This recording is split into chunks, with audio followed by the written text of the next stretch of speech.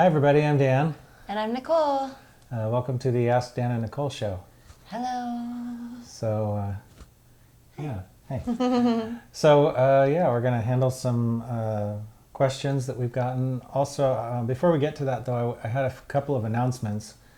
One, our game room is now finished enough to the point where I've actually started construction of the game room layout, which is going to be a display loop basically of 3-rail O-scale track around the ceiling.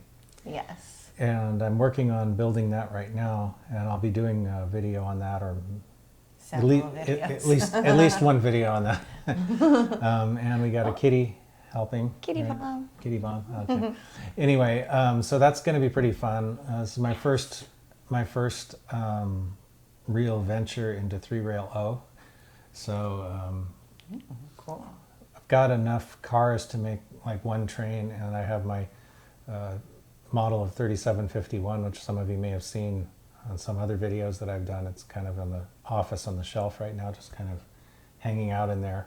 Waiting for its turn. Yeah. Yes. But eventually I want to move it into the game room and move the whole train that I got for it into there, and it'll just be a sort of a semi-permanent fixture in there. So Yes. I think that's going to be pretty cool. I'm also really excited that the game room is almost done, because that means that the train room is next on the agenda. So I'm getting That is closer. exciting. Yeah. So anyway, I'm pretty excited about that. Also, I'm still making progress on our N-scale Siren Creek project layout, which is Right behind us. sitting right there behind us. So there'll be more videos on that coming up. Yes. Yeah. And also, we're just in the planning stages, but this is something we've been kind of talking about since we moved to this property, because it's actually a fairly large Yes, it is. lot. Yes. So we're starting to plan an outdoor layout, like the garden size trains. Yes. Yeah. So super excited about that. We even built an 8-foot tall windmill that my mom got to go out there. Yeah. Like, we're really excited about that particular aspect as well. Yeah. So I think we're going to do that one in phases. So there will be videos about that too, and that's another new adventure for me, because I haven't actually built an outdoor layout before.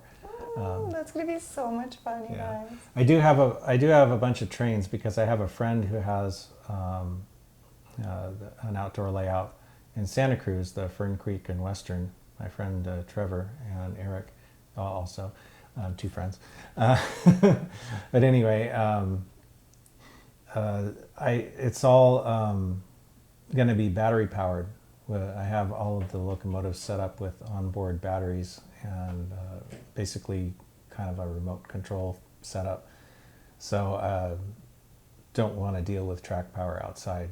So No, I think that should work pretty well, and I'll be looking forward to finally having a place to run the trains that I have on my own tracks, instead of having to take them somewhere else. So that's going to be pretty fun. Yeah, which we haven't been able to do anyway because of COVID. There's Right. no going anywhere. So. Right. Yeah. So that's been kind of a little bit of a bummer, but anyway, hopefully this situation will be winding down at some point. Gosh, I hope so. Yeah. So anyway. So a little message to your fans and your followers and the people that are super kind to you. Oh yeah. Right? I Yeah. want to make sure we handle that too. Yeah, I just wanted to, I'm just a guy that likes trains a lot. And, I'm not trying to put myself out there as some kind of expert. I think I have really good knowledge in certain narrowly defined areas, but it's not always perfect. And I know that, when I do make an error, I appreciate it when people let me know in a nice way. Because there's different ways to tell somebody that they made a mistake, and if you do it in a nice way, it's really appreciated. Right, and all of your followers are so nice. Yeah. There's been a couple of times where somebody might write in, "Oh, Dan, this or that happened a couple of years later, or they did this because of that," and then that gives Daniel a chance to change that or annotate that in the video. And I think that that's really awesome, that you have a good rapport where people can write in and stuff, and that's a really good positive feedback from the group of people that watch you. Yeah. Yeah. Yeah. So I just wanted to throw that out there, that I think Yeah. it's really nice. So everybody out there, thanks for Yeah. being awesome, and you. Yeah. Yeah. Yeah. So anyway, shall we get to our questions? Yes, let's get to our questions. Okay. So the first one is from Michael, and please, guys, I'm so sorry if I mess up anybody's name. I do the best I can. I will just say that right now. Bridenstine, and I'm Brendenstein. It could be that. I'm so sorry. So it's from the Scale Trains SD45R review, and it says, have you noticed a difference in quality between paint jobs that you've done with an airbrush versus factory paint? I'm thinking that I'm going to eventually have to paint some models because of the railroad and type of loco I want. Well, I would say these days, my paint jobs are pretty good, because I've done a lot of them, including some that weren't so good. So I've learned from my mistakes.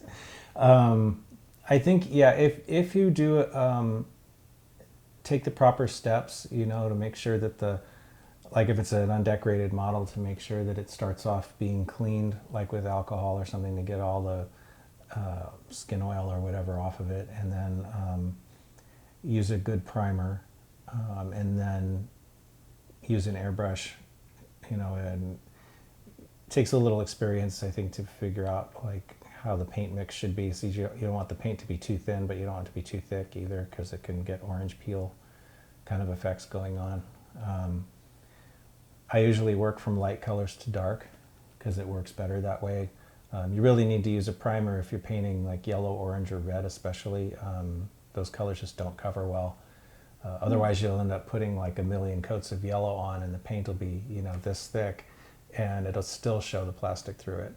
So yeah, which it's really weird, because sometimes the factory paint is like the other way around. I don't know how they do it, but it's like some of the SP engines I have, that you can tell that they put the red on after the dark gray, which seems like I would never do that if I was painting the model myself. I always paint the red first,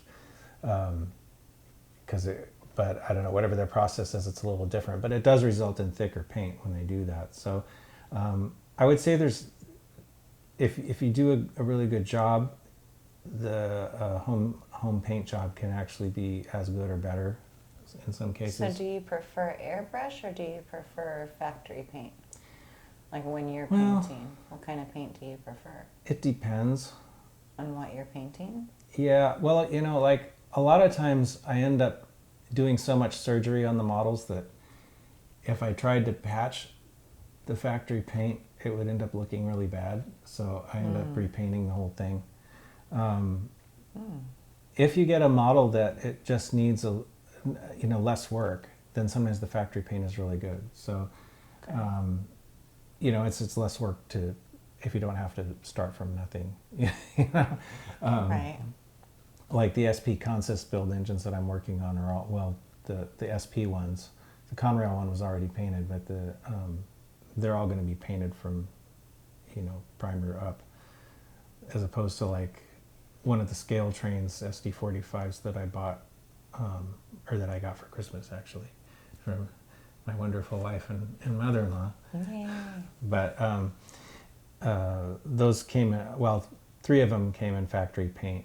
So those I would probably just, use that already painted. I'm not going to repaint those. But I did get a couple that were also not painted, so those I'll paint. So I think it's really a toss-up. It depends on your skill level.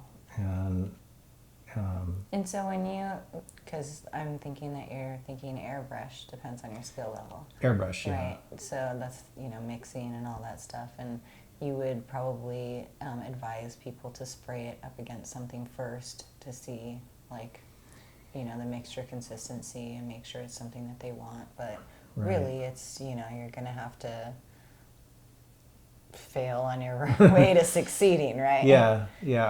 I've done some bad paint jobs, so, Definitely will happen. Yeah.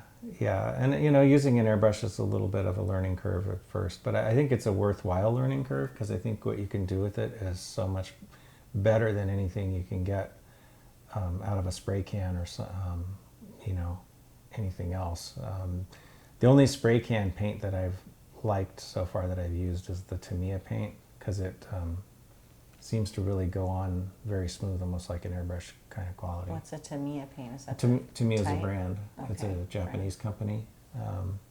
I think that's how they pronounce it. I went on their website once. Okay. But anyway, I use their primer, which is in a spray can, because it just okay. saves work to not have to airbrush Change the out primer. all the airbrush stuff. Yeah. Okay. Yeah. All right. But- Good question. Yeah. All right. Anyways, so yeah. Good So question. next guy is Russ Ratzman, and it is from the Scale Trains SD45R review as well. It says, "Hey Dan, I have not received notifications on your channel in quite a while. How is your new layout going? SD45s are one of my favorite diesels. Great video. Thanks, Russ, from Oregon." Okay, well, if you're subscribed to the channel, you should be getting notifications. I'm pretty sure. But they could hit that bell to make sure. You know, there's like a little notification bell Oh, yeah, that's right. down at the bottom. That's so right. they could hit that bell, and that way they're sure that they'll get the notifications. Yeah. Yeah. So, because yeah, I mean, I put out. We've been putting out a video most every week, not every single week. Sometimes we skip one, but Right. and in months where there's 5 weekends, I usually skip one. But But pretty, most of the time, you're pretty regular, once a week on Sunday. yeah, pretty Yeah. consistent. That seems Pretty to consistent. be a time that, you know, is a good time to put stuff out. So yeah, so I mean, there's lots of videos on the channel. If anyone's just found it, you know, we started in 2018 doing this, so there's 4 years worth of videos on the channel right now. So There there's are. quite a bit of stuff at this point. So you know, so I don't. Yeah, it could be a YouTube thing. You may need to click the little bell or whatever to make sure you're getting notifications. Yes. As far as the HO scale layout, I'm still working on the plan. The plan's a little more advanced than it was. I actually want to do a video actually and talk about that. It's fairly soon. I got a little bit more work to do on it before I want to present anything, but I'm kind of been working on 2 competing ideas, which is part of why it's been taking a while, in terms of like how to arrange the layout in the room. Yeah, is this because of the turnarounds? Yeah, I'm Right. trying to use. Because of the space. I'm trying to stick to a 32-inch minimum radius on the main line, which I think should be big enough to handle. Actually, the thing I'm really worried about is some of my steam locomotives, which is not really even my era, but I want to be able to run them. Well, yeah, you want to be able to run them Yeah. still. I mean, I know all the diesels and the regular freight cars and everything will have no problem with that, but you know, some of it's actually, I think, one of my SP cab forwards, which is supposed to be able to negotiate a 24-inch radius, but I think they were joking when they said that. Oh my. And that's actually an engine, not in my era, but that's an engine that would have run on Donner. So, I mean, that was, you know, it would be cool to have that actually be able to get out on the layout once in a while. I agree. But yeah, I'm trying to work out all the it's all the places where the layout has to turn around, and because, you know, 30, it's a double track, so you do, if the minimum is 32, then the next one is like got to be at least 34. So it's almost like a 6-foot blob of space you have to take up every time the train needs to turn around. So and I'm dead set against doing any kind of duck unders or lift out sections or gates or anything like that. So it's to keep a continuous run possibility, there has to be several of those blobs in order to let the train keep going. So Yes. it's been a little bit of a challenge, and there's also poles in the middle of the room which I have to deal with. So that's another bit of a challenge. A bit of a challenge. Yeah. So So it's coming along, but it is still in the planning phase. yeah. Yes. But anyway, so that that is is a great question too. Yeah, it is. Good question. All right, so our next one is Clayton S. from Model Building Tips DCC Speed Matching N Scale. Great video. Will this work with a diesel and my 4014 and an NCE power cab? My diesel is a Walthers Proto 2000. My big boy is an Athearn with a Big Steam 2 soundtracks. Diesel has TSU PMP soundtracks. Short answer, yes, it should. I don't have a lot of experience with NCE, but I'm pretty sure that you can program on the fly like you can with the Digitrax, meaning you can program CVs in the decoder while the train is moving, which is how I do my speed matching. And as long as it'll do that, then the same techniques will work. The only other thing was specific to soundtracks, and I think the Tsunami 2 doesn't have this issue, but I know the old Tsunami didn't support CV5, which is the maximum speed. So it was a little bit more involved to try to speed match an engine with the Tsunami in it, which is one of the reasons I kind of shied away from those. Yeah, it should work with diesel or steam, big boy diesel. It's, the decoder doesn't really know the difference. It's just seeing an electric motor that's, buried inside the model. So it should work with any type of train, diesel, steam, electric, what have you. So as long as the DCC system can program on the main, or I think in Digitrax they call it ops mode. I'm not sure if NCC uses that same terminology, but it should work. Okay, nice, good question. Yeah. All right, and our last question, GACJ 2010, Box of the Month, January 2022. One more thing, can anyone say why we have this huge draw toward trains? I'll be damned if I can figure it out, but it's just always there and never goes away. What is it? Well, that's a really hard one to answer. I don't know. I could tell you why I like trains. Why do you like trains? I mean, I couldn't tell you why everybody likes trains, but I could tell you why I like trains. Okay. Well, number one, I like transportation in general because I like to go places. Yeah. So trains means going places. But number two, though there is a lot in our history that's been pushed over, so we don't know all of the details and truths are coming out. The sheer force of working the railroad across, the United States is just an amazing feat. And anything that, because I'm kind of a nerd that way, that is an engineering just like marvel to me. I stand in awe of that kind of stuff because our human race can do such amazing things. It can do really horrible things too, and that's what kills me about it. But the amazing side of it is just awe-inspiring. Trains are huge. They're just the biggest, amazing, most gigantic machinery, and people stand next to them and they're just like this little person standing next to this huge train, and when they work on them, it's like their whole body goes into a spot to work on a spot.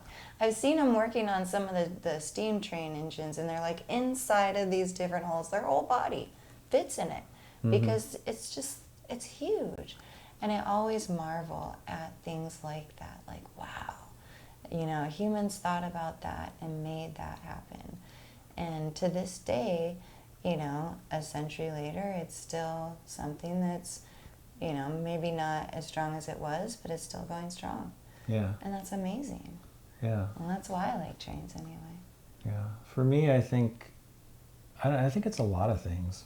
I think part of it is just a fascination with the mechanical aspect of the models and watching this little miniature thing work the way that a real one does. I know internally they don't work the same way, but and as far as how they look, yes. They do a good job mimicking, a real train. I really I liked the animation aspect of it, I think, as models, because I used to build a lot of plastic model airplanes, and those were cool, but it was like the minute they were done, they became dust collectors, and you couldn't really do anything with them, and Yeah. they would just slowly sit there on the shelf and deteriorate, until eventually you either did something with them or threw them away because they were so dilapidated. Whereas the trains are like, you can use them, you can do stuff with them, you can make them run, you can switch cars, you can do things, and just seeing them move around on rails, it's just really neat. I think I have a lot of memories of, one of the things that drew me to Donner was just remembering when I was a kid. Yeah, and your grandpa.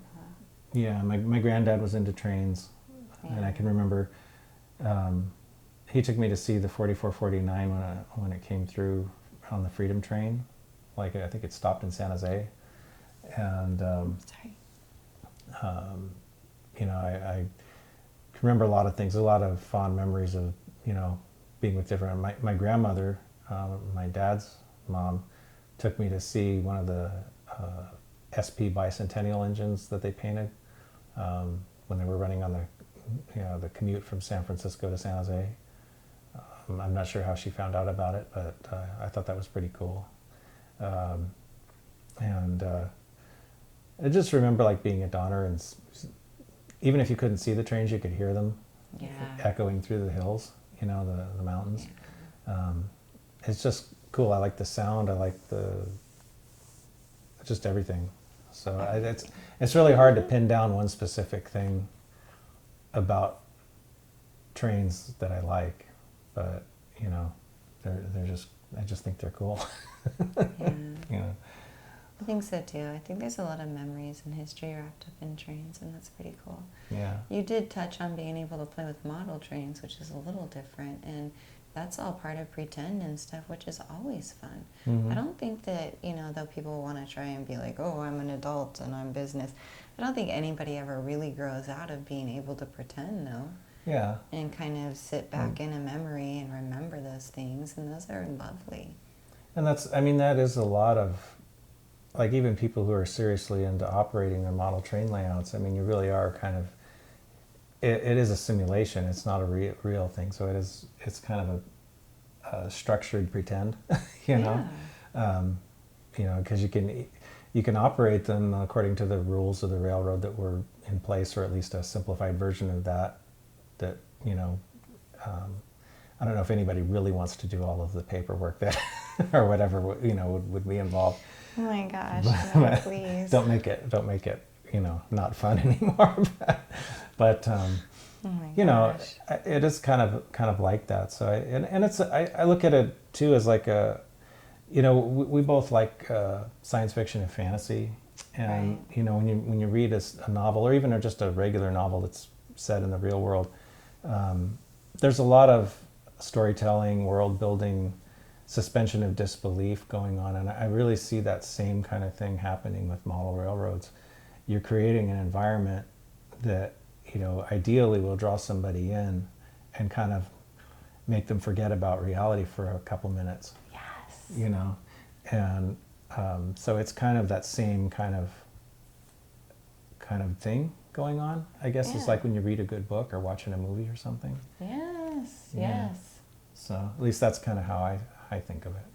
Yeah, and I think we all need good breaks from real life and reality sometimes. Yeah. And so maybe, somebody's good break is trains, and maybe somebody's good break is costumes. Mm-hmm. And, maybe... somebody we know. And maybe those things end up going together. Yeah. But yeah, I think good pretend. Yeah. Yeah. So... Anyway, that's a really good question. There's not any. That was a good question. Not any one right answer to it, but it's. I don't think so. Yeah. I think you're right. Yeah. So if anybody else has any thoughts on that, leave them in the comments, because we'd love to hear it. Yes. So anyway, I think that was the end of our questions for this time. Oh, so sad. Yeah. Leave us more questions. We'll do these more often. Yeah, leave us more questions, guys. Good job. Yeah. Yeah. We're always happy to take more questions. Yeah, we are. Yeah. We are. So, anyway, I guess that's it for this time. Until next time, guys. Until next time, and thanks for watching.